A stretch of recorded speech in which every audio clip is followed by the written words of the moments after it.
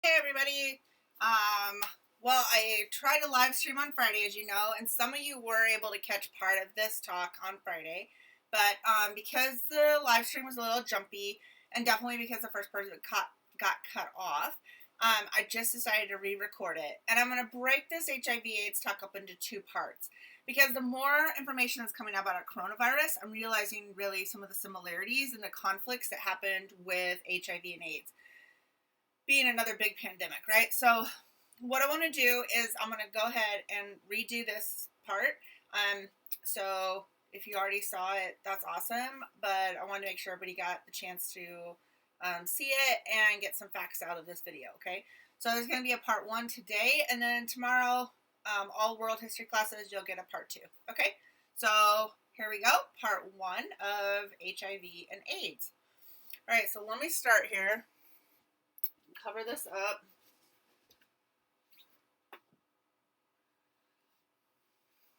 Okay, so first I just want to explain this little part. So the reason why HIV is something that is definitely important for us to know about is, first of all, it's one of the big pandemics that we've had, okay? And whenever we've had one pandemic, if we can learn from that one or we can try to understand it better, then that will help us in the future as far as trying to make better decisions, okay? So what I want to talk about the HIV for is because it's really important that you understand what went wrong with that so we can fix it and make it better, okay? So HIV is also really important to me because I personally, doing work with HIV, now have quite a few friends who are HIV positive, and it really changes your perspective on things, right? When you know somebody dealing with something. As soon as Corona starts to hit us all personally, it's going to change how we feel because you start to get to know somebody who really experiences that pandemic on a real scale. So how I kind of got started with this, I was teaching a class on global issues, and HIV was one of them, and we decided to have a speaker come in and talk. And we went to the local AIDS service organization that helps people living with AIDS, and this was in Colorado. And we said, do you have a speaker who could come share? And they said, yeah, we have this man who comes and shares. And they said, but also we know somebody else who could come and share who's younger. And I was like, great. And so they're like, we'll forward you his name and number. And they forwarded me the name and number, and I opened the email, and it was a former student of mine. And he graduated from the school I was teaching at a few years before that. And when that student came in and sat down and started sharing his story, it was really difficult because you knew that I had information at one point that I didn't share with that student. And had I maybe done a better job of educating or sharing or taking the risk of sharing, because this is a topic people don't like to talk about, and it's definitely going to require some maturity this morning to watch this and, be real. But a lot of teachers don't want to talk about this, and it's kind of intense, and, it's a conversation about also sexual behavior, and so nobody wants to discuss that with you. And so the scary part is that we tend to just push this topic to the back, when actually right now, for two reasons, it's even more important to bring it forward. One, half of all new cases are in your age group of 16 to 24. And so that's scary because that's who I teach, right? So to think about the fact that if we don't talk to you about it, you're at risk, is important. And then two, I think if we could really learn about this pandemic, there might be some better understanding we have of where we are with COVID-19 and how we as citizens could be more advocates. And so I feel like we all have this responsibility still to educate ourselves and educate others on HIV, but also it's a way of learning about how to deal with this next pandemic. So it's a very personal thing to me because I do have lots of friends who've experienced this, and that's come through my work with HIV, just getting to know so many different people. And so it's important.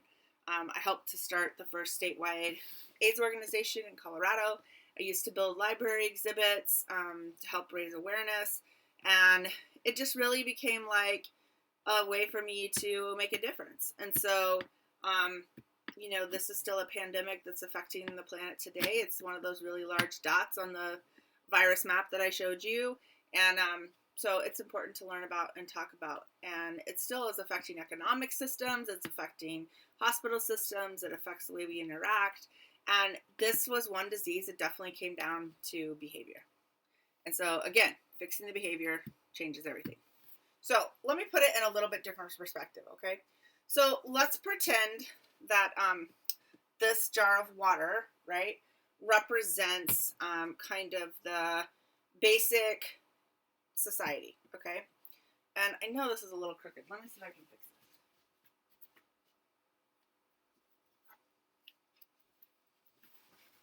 Let me see if this will... Give me 1 second here.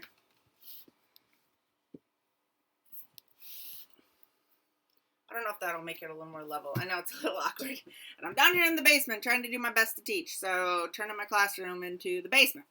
All right, so here's our society, right?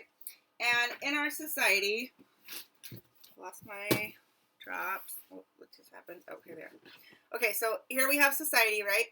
And here we have a virus. And so you basically, what happens with brand new viruses, or in the case of AIDS, what happens is the virus enters your community, right?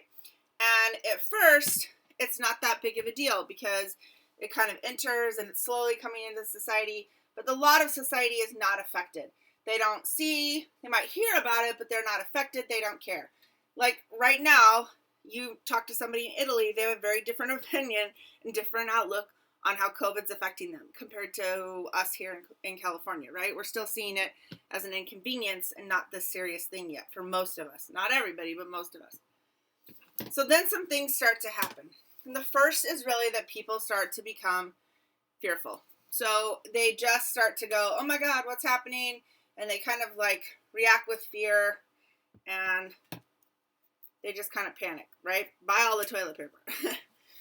Okay, and then basically what starts to happen is that there are then political conflicts. So people start to look at, well, what's happening and what is my president saying about it? What's the government saying? And because of all the political conflicts, that kind of adds to the whole mix of what we're understanding. And then stigma. Okay, so whoever it appears in first, whoever hears about it first, wherever it started, that group definitely in a brand new pandemic is going to start to play a role, right? So unfortunately, there's people blaming it, right, on China or blaming it on certain groups of people. That's so ridiculous. Every virus is a human virus, so you need to keep that in mind. It's not about one group or another. It's a human virus, okay? And then after that, there's scientific conflicts. So already this is happening. There are people in different countries using different tests for COVID. There's people who are doing different kinds of treatments for it. And then our government scientists are saying, well, wait, we got to test this. The FDA is like, wait, I don't know if we approve that. And there starts to be these conflicts scientifically about what should be done or what's right or what we should follow. And so there starts to become conflicts that way too. And then the biggest thing that really starts to happen, and you have to think of all of these things as honestly a blindfold, right? Like I'm putting this on, and if I just go, okay, I'm ignorant, I don't know anything about COVID, and that's it, I'm just going to stay in my house. But like, I don't care if I really have a party. I don't care if I do things. Like, it can't affect me, I'm young. It can't affect me, I'm healthy. Like, that's ignorance, right? And when you add ignorance to this, it just adds this extra layer to the whole entire problem. Okay, so now really what happens is all those things have kind of covered up the jar. And I don't really see what's happening because I've got all this other stuff, right? All this ignorance, all this everything, covering it up. And that's what the society starts to focus on. I'm focusing on these things that are blindfolding me, so to speak, instead of focusing on the virus. And the whole time that we're caught up in fear, panic buying, trying to insult people, trying to pinpoint who gave it to who, trying to do all these little tiny things that really are not actually solving the virus. When we're doing that, what we're not noticing is the whole time the virus is still adding. And it's constantly being added to this society, and it's spreading and it's getting worse and it's amplified, and people are not heeding any warnings because they have all this stigma about it, like I can't get it, or they have all this ignorance, oh, it doesn't really affect people like me, or those kinds of things, and you start to kind of basically ignore what's happening. And the longer you have these things in place and you ignore it, you don't see what's happening underneath, okay? And so what happens is, by the time I actually take all these blindfolds off, and society is mixed around, right? Now when I take the blindfold off, it's too late. It's already everywhere because we didn't act at the very beginning. And you can contain something or make it impact smaller. If we dealt with it at the very beginning, the jar would not be dark blue, it would be lighter, right? But because we didn't deal with it, now it's darker everywhere. And the sad part about that is that's how viruses work. They count on that human host to kind of mess it up. And so we really have to rethink things and be careful and be smarter, because when we act with all these blindfolds on, we're really ignoring the problem. And these same things that were a problem during HIV are a problem now. So this is no different when we're dealing with this pandemic versus a different pandemic. And so we really have to be smart and aware and paying attention so that we can change it, okay? So let me give you the basics about how HIV works. And this will be part 1 of this video series. And then part 2 will be about really where we did go wrong as a society. And I'm going to explain those more. And there would be a film I was going to use. And I don't know if I'm going to be able to show you any clips from that film, because then we're totally violating copyright online here. But I'll at least just go into depth and talk about them more in a second episode that I will play for everybody on Tuesday. So this is the one I want you to take 10 facts of notes on. So while you're watching, please take down 10 facts that you learn about HIV. Also, if there's questions, I really want to hear your questions. I don't want you to have this topic and walk away going, what? I didn't know what you meant. It's really hard to talk about this without being there to answer questions, okay? So we'll also have a session, a couple of them, where we can sit and talk about this so people can ask questions. And we'll do that via Zoom or Google Hangouts or something. But if you have questions, I want you to message me, put them underneath this video link, send me an email. Like, I really want to know what questions you have. If you guys are talking as a group of friends, like 3 or 4 of you are talking together on FaceTime or something, like, if you've got questions, bring them to me so that we can really talk about this, okay? It's important that I hear your questions, all right? So I'm going to do my best to explain kind of the beginning of HIV and about the virus, and then we'll make more comparisons in a second video, okay? Let me get rid of my blue water here before I spill it.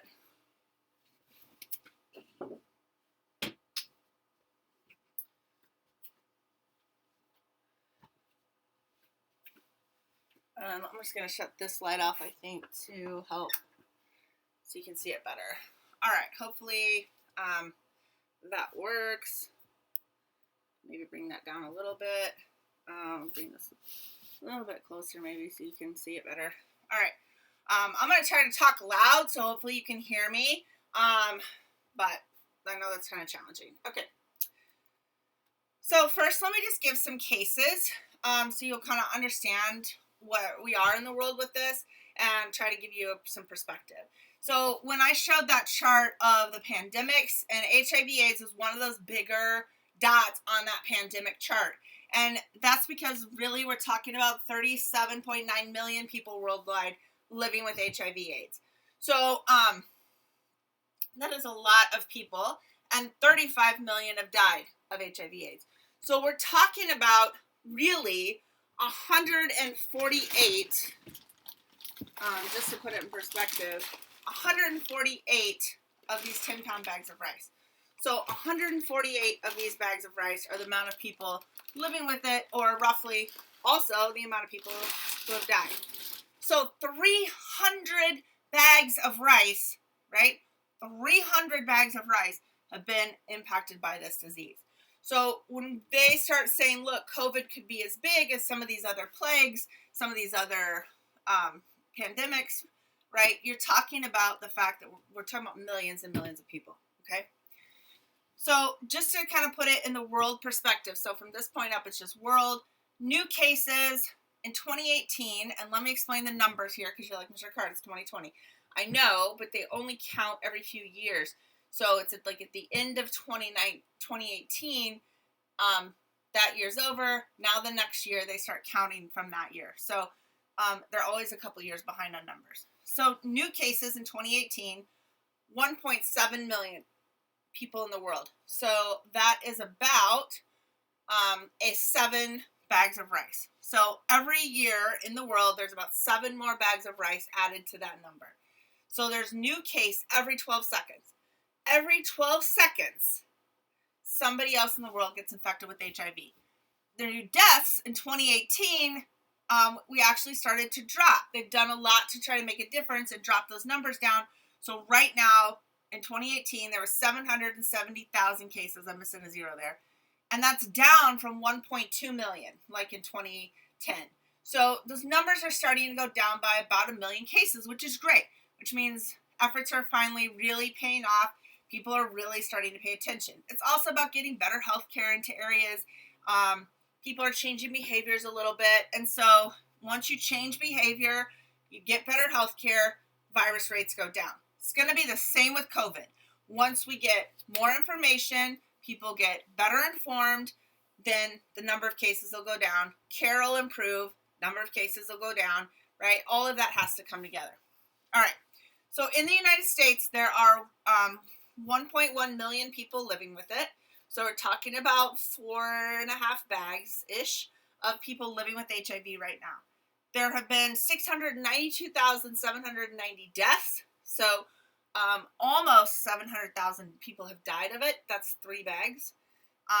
New cases on average is about 37,832. So about 37,000 cases every year. And in 2018, what I meant was in 2018, there was 37,832.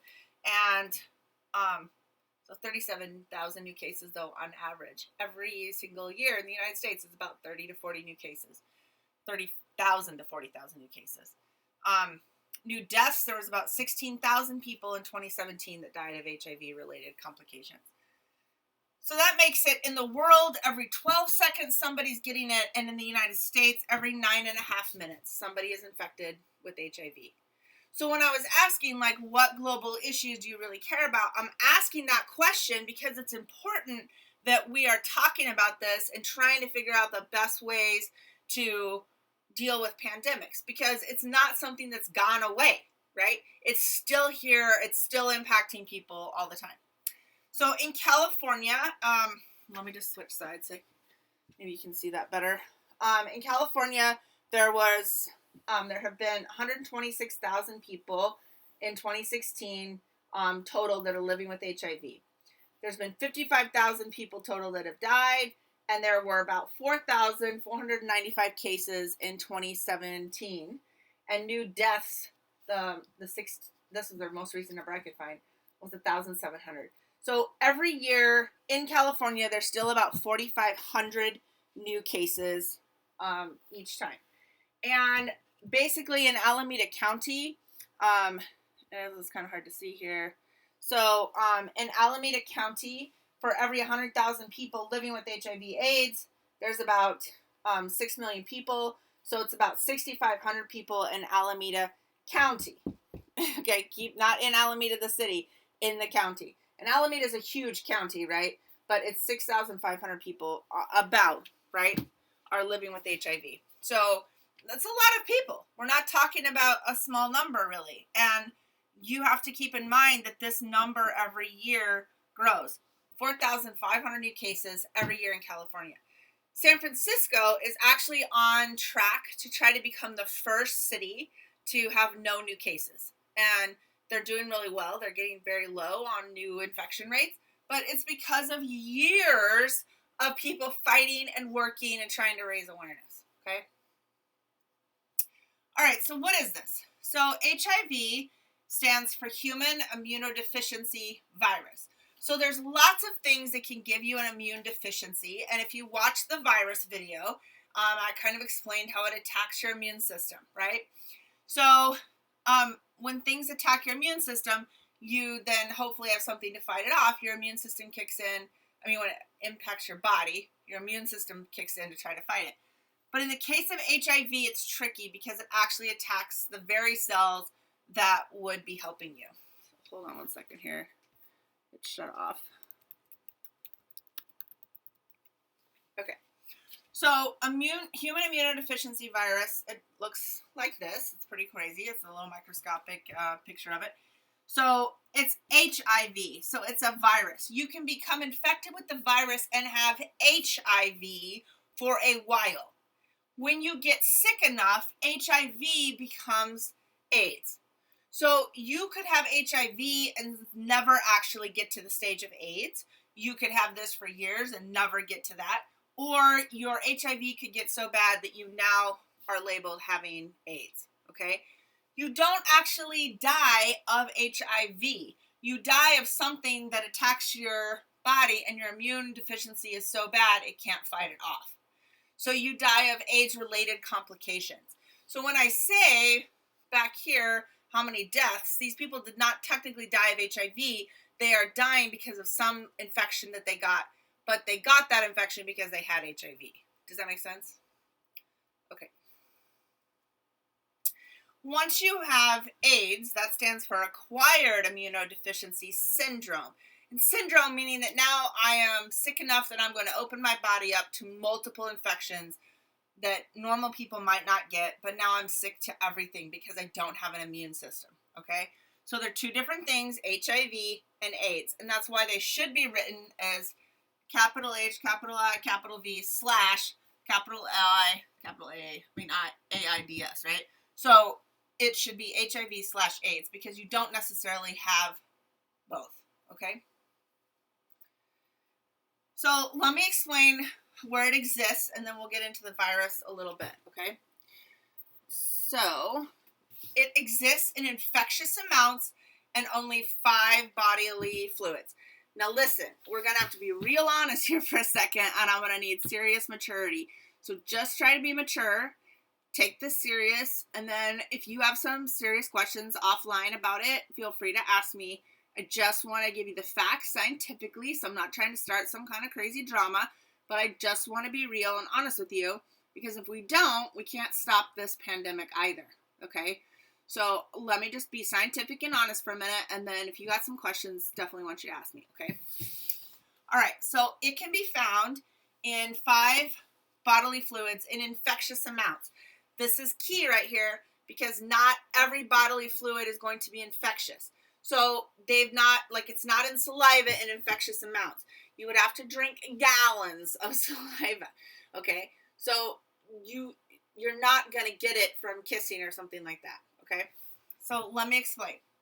So it's found in blood, and this is important because if you have blood-to-blood contact with anything, or you have a cut and you get that blood on you in your bloodstream through that cut, that's an entry point. It's not enough to get these 5 fluids on you. It has to actually get into your body through a little cut or a sore or something like that, okay? So, blood, semen, so this is ejected from males, right, during sex. Vaginal fluid found in women. Babies can also be exposed to this when they're being born vaginally. It's found in breast milk, and it's found in anal mucus secretions, and we all have this, and we all have one of these, and we all have this. Now, not all of us have breast milk, but it's in our bodies, okay? Now, here's the deal. How do I get these things in my body? You've got to be doing something pretty particular to get these things in your body, unless you're being born, okay? And you've got to be really, this is tricky because if you're around blood anyway, you should protect yourself for multiple reasons, okay? But let me explain how this works. Because it's a sexually transmitted disease. So there are layers of skin. When you're having sex, there's little micro tears in those layers of skin. And then these little micro tears that you can't feel, but the skin has these little micro tears, and then these things are crossing barriers, okay? And so that's how this is being passed. Different kinds of sex are going to have different impacts as far as how many layers of skin there are between that fluid and there being able to be a micro tear, okay? So breast milk, babies have this, and they are basically, they can actually be born. We can give medicine to babies right before they're born. The mother, you give her a shot, and it won't pass it to the baby. It's not passed through the umbilical cord. The umbilical cord actually blocks it. And so basically when they're born, if you do a C-section and the mom is given a shot before, the baby can avoid it. But then if you give the baby breast milk, this is where you're in trouble. And I had a friend who said that she was a nurse for the World Health Organization, and she said when we found out in Africa, we were working with these families trying to break down the HIV, and then we found out it was in breast milk. And she said, I knew that it was over, because breast milk, basically, everybody had to breastfeed their babies, and if they all have to breastfeed their babies, we're done. Because even though they would show them, hey, you can use this formula, and they would give them the formula, they were so culturally, it was about feeding your baby and giving that baby breast milk, and they wouldn't do it. They wouldn't give them the formula. So people would walk away from a village, these health workers, and the people would just dump the baby formula out on the ground because it was culturally about feeding that baby. This is where behavior comes in, okay? If I'm going to have sex and I don't want to be safe about it, then I'm going to have these issues. If I'm not protecting myself when I'm doing any kind of sexual activity and I'm like, it doesn't affect me, I don't care, I know that person, I'm not going to get it from them, then basically what you're doing is you're opening yourself up to this transmission. When we don't want to change behavior, whether it's feeding a baby, whether it's being safe during sex, and that doesn't matter if we're talking about anal sex or vaginal sex, it doesn't matter, whatever sex we're talking about, if we don't want to be safe, we don't want to change behaviors, it's not going to be, the virus has a chance. There was a lot of cases in the beginning through blood transfusions, and they didn't want to test the blood. And because they didn't want to test the blood, then people kept getting it. I mean, wherever you don't want to change behavior, a virus is amplified, okay? But I want you to keep this in mind. Now, if you're like, no, there's got to be other ways, on a toilet seat, on a swimming pool, in a hot tub, I could get it. No. So there was all these other things. Unless you had a cut and you sat on a bloody toilet seat, which hopefully you would never do that, like, there's no way that you're going to get this, okay? So you're not going to run into it if I shake hands or somebody sneezes or coughs, none of that. Casual contact does not get it. But that's the thing. When you have a new virus, you have to figure it out. They're still trying to figure out exactly how long, say, COVID-19 could live on a surface. HIV, they figured out, can't live on surfaces for more than a few seconds. So if I just put HIV on this desk, I wouldn't get it if I just touched it, okay? Now, if I had a cut and that HIV was brand new and then I do it, that's different.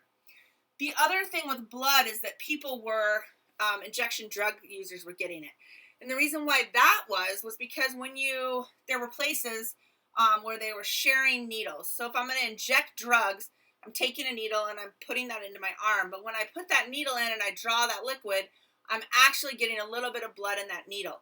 And the needle inside of a hypodermic needle, it's actually hollow.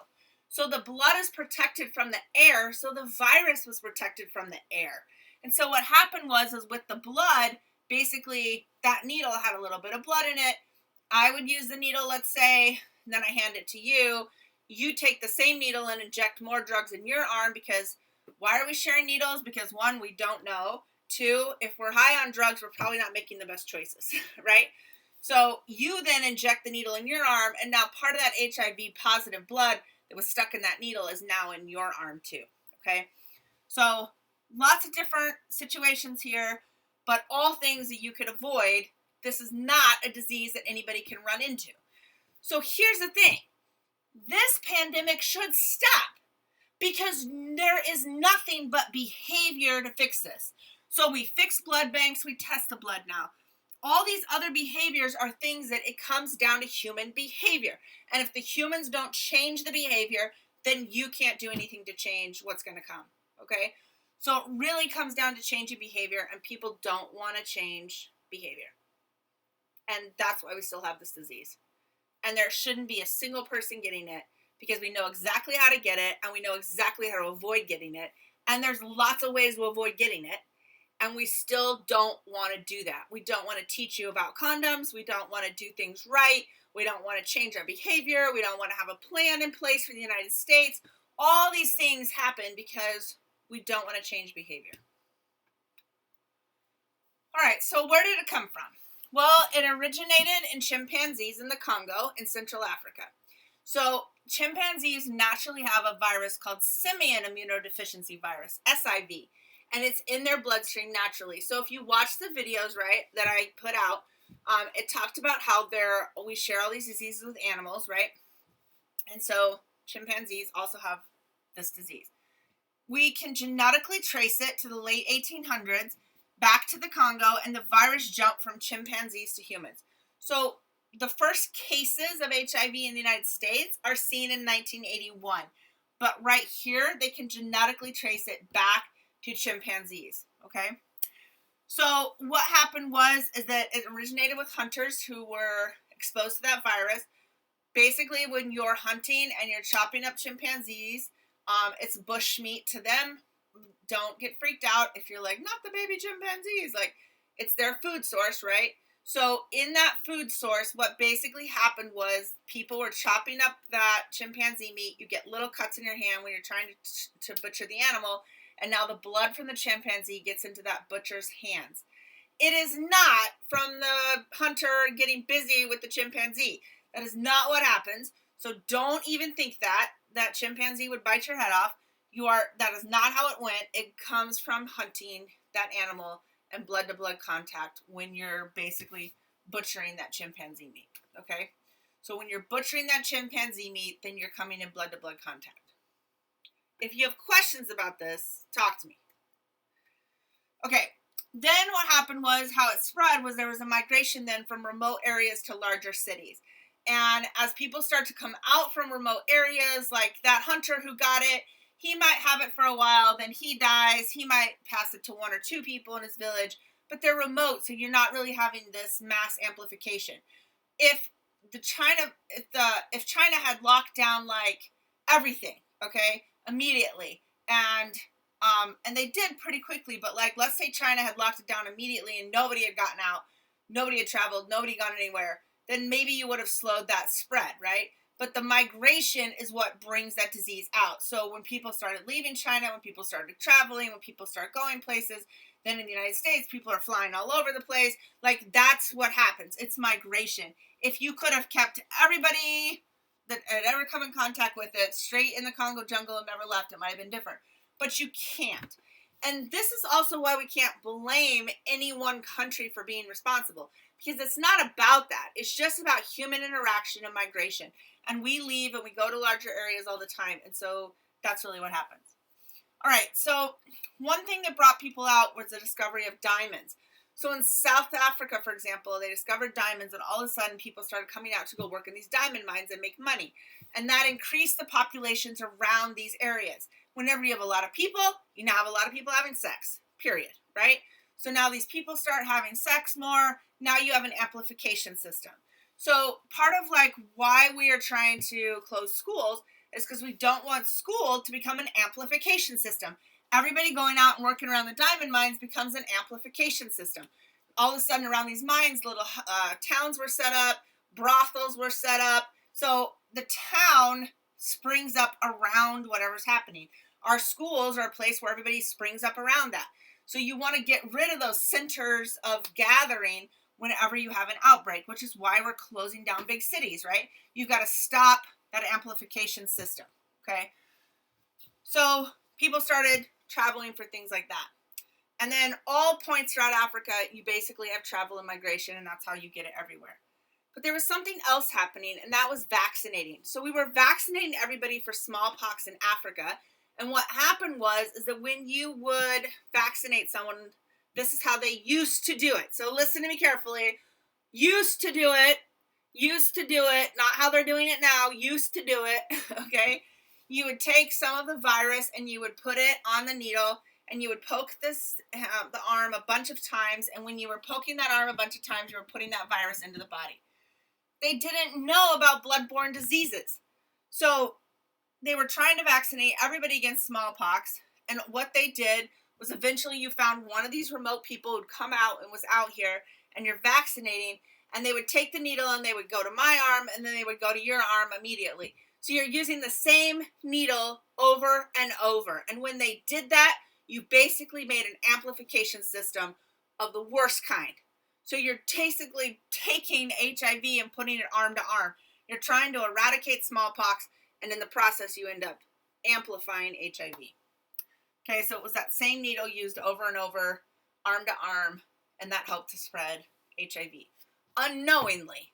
Okay, they didn't mean to be spreading it, but that's what happens. Okay. HIV is a retrovirus. And so what that means is that it is going to replicate itself by inserting its genetic blueprint into a host cell. So it changes the cell's DNA and it becomes RNA, and it's actually going to now start replicating itself inside that virus, and it turns the virus into a factory to make more virus. Okay? So it is was a brand new retrovirus at the time when they figured it out. And we'll talk more about how that caused confusion later, but it basically hijacks the cell, okay? Now, the cell that it actually attacks, viruses attack different cells, but HIV is so bad because it actually attacks the CD4 white blood cells, or what we call T cells, okay? And T cells are the ones that actually go out and fight virus. So if I get infected with, say, COVID-19, my body's immune system is going to send T cells or CD4 white blood cells out to go find the virus. And so they're going to go in through my body, and the CD4 blood cells go to work, and all the T cells are like, oh my God, where's the virus? And they find it, and they stop it, okay? And the reason why it takes you a while to get better is it takes your body a while to figure out how to fight it. And with coronavirus, because it's brand new, our bodies have not seen that before, so it's going to take longer to fight it, okay? So T cells are critical in fighting disease. Well, they're what defend us against illness, and basically this virus goes in and rewires the T cells to make more virus. So they become actually new copies of HIV into the blood constantly. So the cells that are actually supposed to be helping us can't help us at all. And so what happens is if you destroy all those T cells in a body, now the body eventually gets so sick that you're open to any kind of disease, because now there's no good T cells to fight off infection, okay? So there's some stages. First is acute primary infection, 2 is asymptomatic stage, and 3 is symptomatic. So what happens is that in the very first stage, and this is the scary part, is that it takes about 2 weeks after exposure to a few months for it to actually even be enough for you to test. So if I got exposed to HIV today, it might not actually show up on a test for maybe 2 or 3 months later, okay? So your body has to go through something called seroconversion, and you have to wait and see if you're going to get it, because it's going to take a little while for it to actually show up in your bloodstream, okay? And then what they're actually testing for is they're testing for antibodies that your T cells are trying to make to fight it. They're not actually testing for the virus. They're testing for antibodies to see if your body is trying to fight something off, okay? But that takes a little bit. So what would be the first signs? If I got infected with HIV today, Mr. Card, how would I know if I got it? Okay, well, you wouldn't. Okay, if I got it today, about 2 weeks after the infection, there are about 50% of people actually start to get a flu-like symptom. But it's only in about 50% of people. But you wouldn't know if it was a regular flu or a cold or whatever. You wouldn't know that. And because it only occurs in about half of the people, you actually would probably in the beginning experience no initial symptoms. Okay? So a friend of mine, he actually, he was 19 when he got it. And he came back from college, slept with his old girlfriend, figured I knew her, so it was safe, and then he ended up getting infected. And he did get this flu-like symptoms, and he went to the doctor because the flu lasted longer than normal, and he went to the doctor, and they did test him for HIV, but because it had not been long enough, he tested negative, okay? So it takes a while for it to actually show up in your body. Then, once you've had it, once you get it, then anywhere from 1 to 10 years, and that varies based on the person, you will go without any symptoms. So asymptomatic means I don't have any symptoms. And so you're going to spend 1 to 10 years where you would not know. You won't look sick. You won't feel sick. You will have nothing wrong with you. And you're going to be like, wow, that's great. Like, I'm doing good. Like, there's nothing wrong with me. When actually there is, but you don't know it. And this is the thing about HIV. You could be sleeping with someone and you don't know that they have it because they look great, but actually they have HIV. Okay? All right, hold on. Shut off again. Okay. So then what happens is your T cell count begins to drop, okay? And then you start the symptomatic stage and you start to get sick.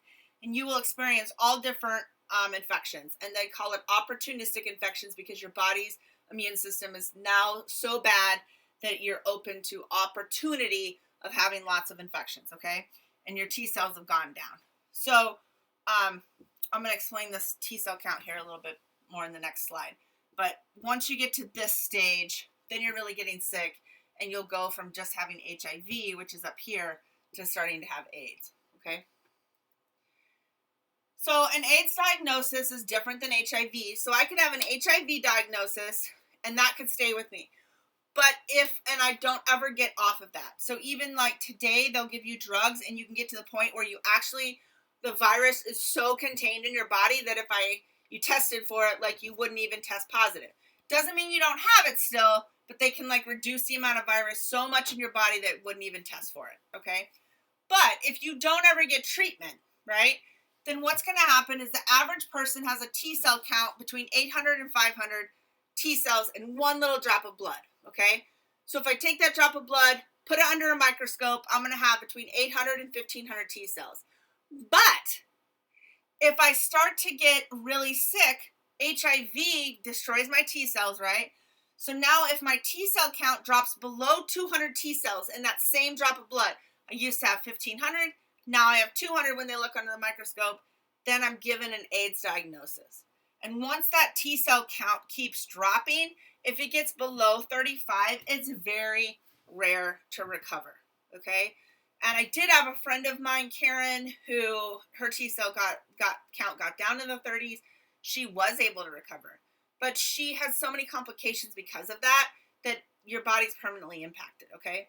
Now, our friend Karen got an AIDS diagnosis because it dropped below 200, but she is now going to forever have that diagnosis. Now, her T cell count is like between 600 and 900, but those T cell counts, she's better, right? But she sticks with this because at one point they were that low, okay? So hopefully that makes sense. Why are the T cells dropping? The T cells are dropping because the HIV is attacking those T cells, turns them into factories of HIV virus instead of them being T cells. All right, so today, if you got HIV, there's very effective drug treatments, and they do what's called a drug cocktail. It's a mixture of 3 different drugs at once. For a while, it was 3 different pills. Now they have pills where it's 2 or 3 AIDS medications in one pill. Okay, so they figured out that if they gave HIV one medicine, it could mutate past it. But if they give it 2 or 3 drugs at once, it confuses it and it can't keep replicating. Okay, and so that can now be taken as one pill. Life expectancy now is very similar to a normal lifespan, unless you're exposed to something really intense like COVID-19, right? So the tricky part is that this really is one of those groups with an immune deficiency disease you have to be careful about. And immune deficiencies can come from all different kinds of things. It doesn't have to be HIV, but that's an example. The thing is, it can be very expensive, $30,000 to $50,000 a year in medication, and none of us have that kind of money, right, to be spending on this. So that mistake of sleeping with someone and not being safe sexually, you're basically asking for a $30,000 to $50,000 price tag. Okay. There are some preventative things that people can do. If there's people who know they're going to be sexually active and are not going to take precautions, they can take this thing called PrEP. What it is basically emergency doses of what we would give somebody like in a hospital. If I was a nurse and I'm treating someone with HIV and I get a needle prick from their needle, they would immediately give me PrEP. Okay. And it's basically doses of HIV medication. So what it does is it prevents the virus from ever getting a hold of those cells because that's already confused them, okay? So there are some people who are taking this constantly. Instead of like being careful and using condoms, they're taking this, okay? But we don't know long term what this does to the body. It could become ineffective. We still don't know all the side effects, so that's challenging. The other thing is that these drugs, if you don't take them on time, the virus will mutate past that particular drug. So your body gets used to it, and now let's say drug A no longer works on my type of virus. So now I got to go to drug B. My friend Gary, who's had it for a long time, he's had it since 1986. Gary most of the drugs don't work anymore for him.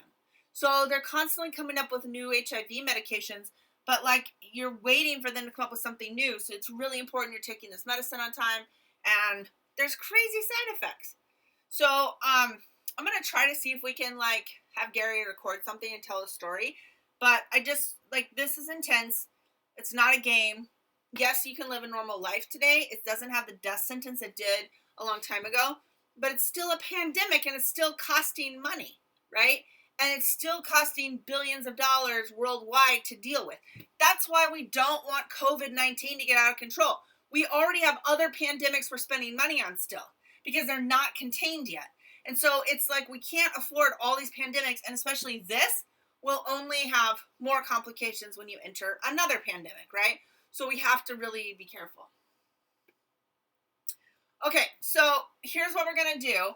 This part about how you make this pandemic worse through these things, the same blindfolds I put on the jar of water, I'm going to turn this into a part 2, okay?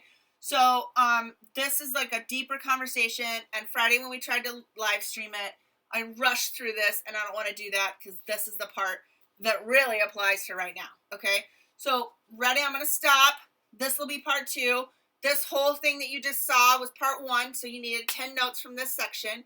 Please, if you have questions, please, if you don't understand something, I need you to ask me, okay? Let me just cover this up here. One second. Okay, so hopefully that makes more sense. Hopefully that helps a little bit to understand HIV. I just want to show you one thing before I shut this off. This is what I was trying to show the other day, and this is a book. It looks like this in real life, and it's this large. It's huge.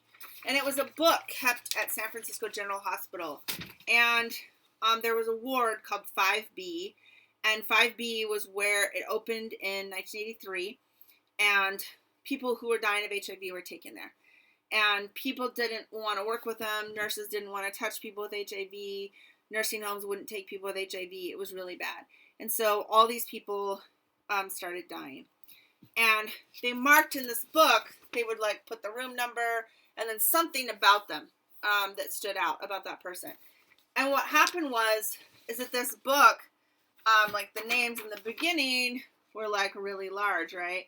And then the names started getting smaller and smaller. And when you go like pages in, the names are super small.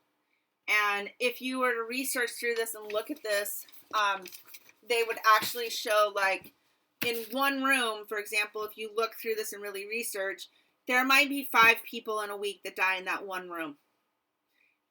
And there were whole families that got infected. I mean, it was just crazy to see this book and examine this. I did some research in archives and found that little thing. Also, if you want to order a book, I'm sure you can find a used copy of this on the internet, but it's called And the Band Played On. And we would have watched some clips out of a film that was made about it. And this film is like a movie, but based on all the events out of this book. And there was a guy, Randy Schultz, at the San Francisco Chronicle, who kept basically the story of everything that was happening and the truth and what really went on and the real people that were involved. And some of the same people we're hearing from now in the science community. Anthony Fauci, the director of the CDC, David Ho, who's another director, at that time was a doctor. Like, we're hearing from these same people again. And so it's really interesting to me to like have read about those people, and now they're doing they're on the front lines of this new pandemic. So if you can find this film somewhere, that's awesome. Obviously, I can't show you clips, but really important stuff, and really interesting to understand and read more about it. Okay, so stay tuned for part 2 coming tomorrow, and hopefully that helped, and ask me questions. Okay? All right. Bye, guys.